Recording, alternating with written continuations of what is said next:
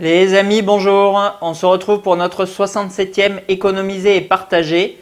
Et on remercie Zachary pour nous permettre de voir cette troisième statue Devil May Cry. Alors, on va voir aujourd'hui le personnage de Nero. Nero qui apparaît du coup dans le 4e opus et qu'on retrouve dans les épisodes suivants de la série DMC. On avait vu précédemment Dante et Virgile, tiré du coup des premiers épisodes et du 3. Et on va voir aujourd'hui le personnage de Nero. Alors Nero, il est un petit peu moins emblématique effectivement que ne le sont Dante et Virgile, les deux frères jumeaux du coup des premiers épisodes. Mais c'est un personnage qui est bien évidemment jouable dans les nouveaux jeux et une statue qui est encore une fois très réussie de la part de Prime One Studio. Alors, on va reprendre du coup sur cette pièce la même architecture du coup qu'on avait sur les trois premières statues, enfin les deux premières, à savoir du coup un ennemi coupé en morceaux, donc très certainement issu du Devil May Cry 4, et une statue très dynamique, très dynamique, c'est vraiment le mot, puisqu'ils essaient à chaque fois de donner des poses cool, comme on retrouve du coup dans le jeu, et en même temps vraiment de figer l'action comme on a un petit peu en fin de niveau avec, avec les scores qui s'affichent et vraiment les combos du coup les plus marquants effectués dans le niveau. Alors, sur cette statue, on va retrouver pas mal de bras interchangeables puisqu'on avait déjà ça du coup sur les versions DX précédentes des autres personnages. Pour la main gauche, alors je vais essayer maintenant de vous switcher parce que pas mal m'ont demandé, donc dans la mesure du possible je vais essayer du coup de vous switcher, c'est pour ça que je me tiens debout là sur cette nouvelle vidéo, je vais essayer de vous switcher du coup les différentes possibilités sur la pièce. On a une édition à 550 exemplaires et on avait un prix de lancement, si je ne dis pas de bêtises, à 1299, 1250 € sur cette pièce. Là, en économisé et partagé, on était du coup à 1000 € avec Zachary, donc quand même une belle économie. Pour une statue, voilà, 550 exemplaires, bon c'est un tirage qui est pas anodin, mais c'est pas non plus énormissime. DMC, c'est quand même une très grosse franchise de Capcom. Et le personnage de Nero, comme je vous le disais, même s'il est peut-être un peu moins emblématique que ne l'est Dante ou Virgile, c'est quand même voilà, un personnage jouable. Et je pense que pas mal de fans du coup voudront assembler le trio du coup des trois personnages éponymes des 4 premiers volets de la saga. Alors, pour notre main gauche, on va retrouver du coup en première position, bien évidemment, je lui ai mis la lame, puisque bon, c'est ce qui donne vraiment le plus d'envergure, le plus de dynamisme possible à la statue.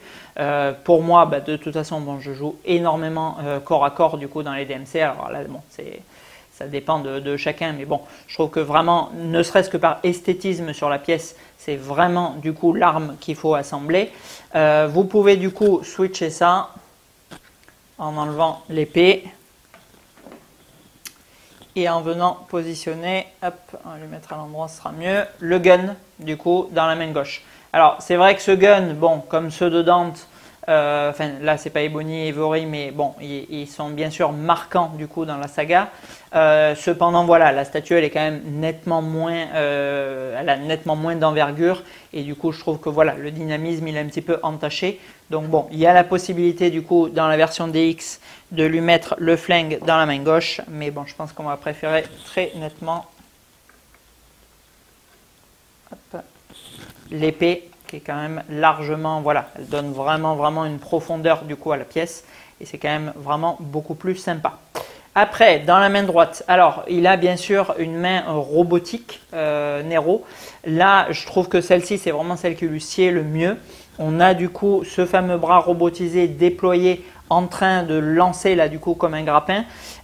J'ai disposé à l'arrière de la statue parce qu'il y a du coup plusieurs possibilités. Vous pouvez venir mettre un petit rocher pour juste combler l'espace ou alors mettre le point fusée en train de partir. Bon, c'est clair et net qu'il faut disposer ça du coup sur la statue parce que déjà on a un très bel effet de flamme en résine translucide et en plus bon ça vient encore ajouter une pièce supplémentaire et de l'envergure à la pièce, donc pour moi il faut venir disposer ça. Si vous gardez du coup la logique qu'il a propulsé son bras, bon bien évidemment il faut enlever ça et mettre le mognon qui vient à la place. Hop, juste là. Voilà, là on a du coup la parfaite logique. Bon, je trouve que respecter, voilà, respecter ça n'a pas forcément, enfin en tout cas de mon point de vue, pas forcément de l'importance.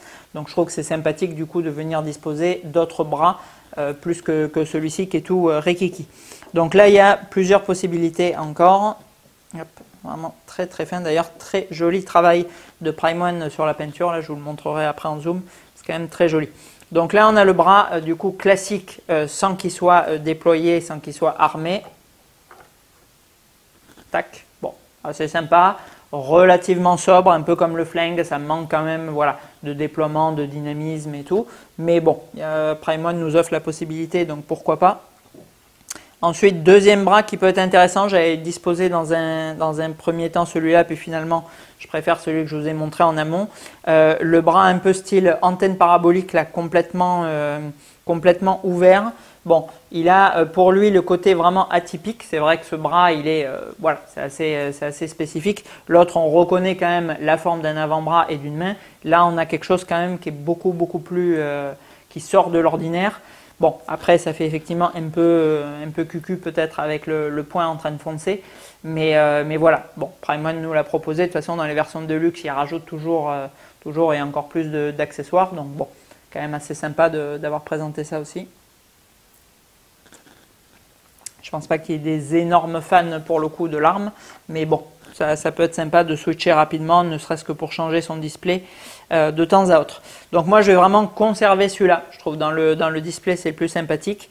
C'est vraiment extrêmement fin, extrêmement bien peint. Franchement, Prime One, sur cette licence Devil May Cry, ils nous ont fait vraiment de l'excellent boulot. Et encore une fois, bon, même si on a quand même le côté un peu non possible, non probable du coup, puisqu'il a qu'un seul avant-bras Nero, mais je trouve que vraiment le display qui rend le mieux sur cette statue, c'est celle-ci. Alors au niveau du visage, bon, ils nous ont fait quelque chose qui est ma foi quand même relativement chouette. On a de la résine translucide, on reconnaît parfaitement Nero. Au niveau des méchages, c'est quand même relativement joli. Le regard, il est assez sympa aussi, on le reconnaît bien. Franchement, on a quelque chose de très très propre au niveau du visage. Et après, tout ce qui est vêtements, tout ce qui est voilà, tout ce qui est fringues un peu usées, un peu entachées, c'est ma foi pas trop mal non plus quoi. On a un très joli travail là aussi sur le point. Du coup, le point en train de foncer avec la résine translucide, ça c'est extrêmement joli. Et la créature découpée, comme elle est devant, bon, là aussi il y a quand même un très joli paint de la part de Prime One. On a quelque chose de complètement décalé du coup sur la droite et qui n'est pas forcément voilà, qui est pas forcément symétrique.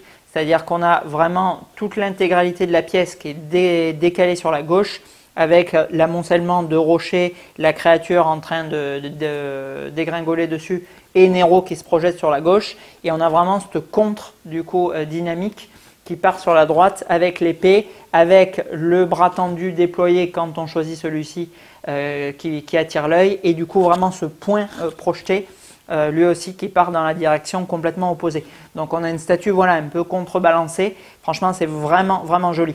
On a une espèce d'impression un peu de contre-plongée où le personnage se projette en arrière et il projette du coup toutes ces attaques qui vont attirer du coup le regard sur l'avant. C'est vraiment très sympa. Alors malheureusement, bon, j'ai plus les anciennes statues qu'on avait vues en économisé et partagé dans les vidéos précédentes pour vous mettre le trio côte à côte. Mais franchement, bon, je pense que ça peut faire quand même vraiment très sympa d'aligner les trois pour les fans de la licence. Moi, j'adorais la première trilogie, enfin surtout le 1 et le 3. Prime One nous a quand même livré une très belle statue. Et pour du coup les prix de l'époque, donc 1250, 1299 € à peu près sur les prix publics, on a, bon, franchement, un très joli travail. Une limitation 550 qui est peut-être un chouïa élevée, mais bon, c'est pas non plus délirant, c'est pas comme s'ils en avaient fait 1000 quoi.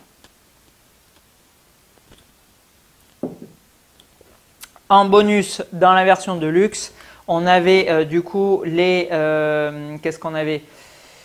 On avait les sphères de sang avec Dante et avec Virgile. Je me demande si on n'avait pas déjà les sphères d'âme. Je n'en suis plus certain. Bon, en tout cas, là, on l'a. Voilà, toujours assez sympa. Ultimate première Masterline, Devil May Cry, Nero, Deluxe Item. Bon, voilà, toujours assez joliment présenté, donc ça c'est chouette. Au niveau dimension, on avait un seul carton, on était du coup sur 70 cm de haut et un truc genre 50-40 de profondeur et de largeur. Donc bon, ça s'envoie assez aisément. Là par exemple en livraison avec TNT. Alors j'essaie voilà là dans ce nouveau format de vidéo, parce que bon, on a, vous le savez, elle a dû paraître depuis longtemps depuis. J'ai un petit peu échangé du coup avec Nico et avec son regard vraiment expert du coup, enfin beaucoup plus que le mien en tout cas, pour essayer voilà de vous donner le maximum d'infos et que ce soit le plus plaisant à regarder. Donc je vais essayer dans la mesure où j'y pense et où je suis pas trop crevé quand je fais les vidéos, voilà, de vous donner aussi les poids, les dimensions, les shipping, tout ça c'est quand même aussi important. C'est vrai qu'au travers de mes vidéos, j'essaie systématiquement d'appuyer sur les cotes, sur les prix, sur bon, les économies pour les statuts qui sont prises en économisé et partagé. Voilà, je trouve que tout ça c'est important. Le marché il évolue vraiment de plus en plus. Je sortirai une vidéo, alors ou avant celle-ci ou après, parce qu'elles ne sont pas forcément dans l'ordre, où on verra du coup la chute colossale des pièces, des grosses pièces en tout cas, et de leur valeur sur le second marché ou même lors des déstockages. Et voilà, et du coup les transports bien évidemment, ça participe aussi à tout ça. Donc là pour le carton de Zachary, on était avec le transporteur TNT, transporteur d'ailleurs on me demande assez souvent, donc j'en profite pour le dire dans la vidéo.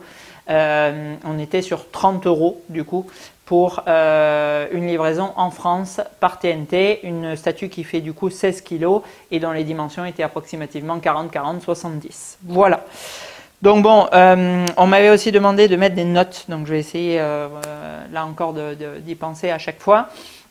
Si je devais mettre une note du coup à cette pièce, je dirais qu'on est à peu près sur un 15 sur 20. C'est-à-dire que c'est une statue qui me paraît relativement correcte en termes de travail. Il n'y a pas de gros défauts sur la pièce. En termes de rendu, on a quelque chose qui est quand même assez sympa aussi. Et en termes de rapport prix-qualité, là encore, bon, on est sur une statue du coup un quart, mais qui doit faire un bon 60 cm. Donc bon, voilà, moins de 1500 € dans les anciens prix, ça reste pour moi parfaitement cohérent. On n'est pas sur une licence extrêmement facile à revendre ou très bankable. Maintenant, on n'a pas un tirage qui vient complètement ruiner la cote de la pièce. Donc je trouve que là-dedans, on est parfaitement cohérent.